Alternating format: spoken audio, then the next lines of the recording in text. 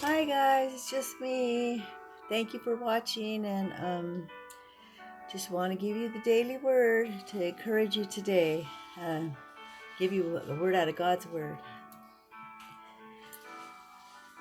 You know, with all the stuff going on in the world today, we need encouragement. So he says, above all things, above your problems, your pain, and the swirling events, in this ever-changing world, when you behold my face, you rise above all the circumstances and rest with me in heavenly realms. This is the way of peace, living in the light of my presence.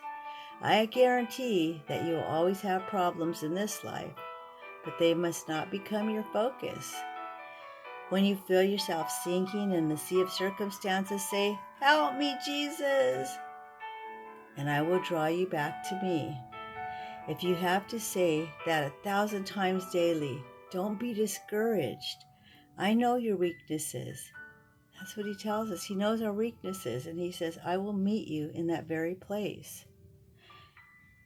And today it's in the verses, Ephesians 2:6, and it says, and God raised us up with Christ and seated us with him in the heavenly realms.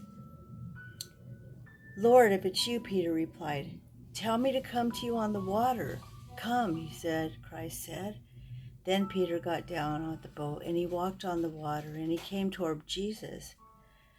But when he saw the wind, he was afraid and beginning to sink, and he cried out, Lord, save me. And immediately Jesus reached out his hand, and he caught him. You of little faith, he said, why did you doubt? And when he climbed into the boat, the wind died down. And that's in Matthew 14:28 through 32. You know, the Lord, he doesn't care if we called him a million times. He's there for us to listen to us, you know. He never turns away from us. He's always there. And what happened with Peter is he started having faith, but then he started doubting.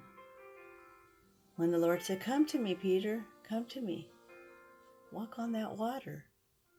But Peter, he got there. But then when he realized it, he took his eyes off of Jesus, he started sinking. And that's what happens to us. When we take our minds off of the Lord, off of his goodness, because the devil wants us to think that we have no hope, you know. But if you know the Lord, there's always hope, because he is our hope. Anyway, so remember that, you know, call out to the Lord.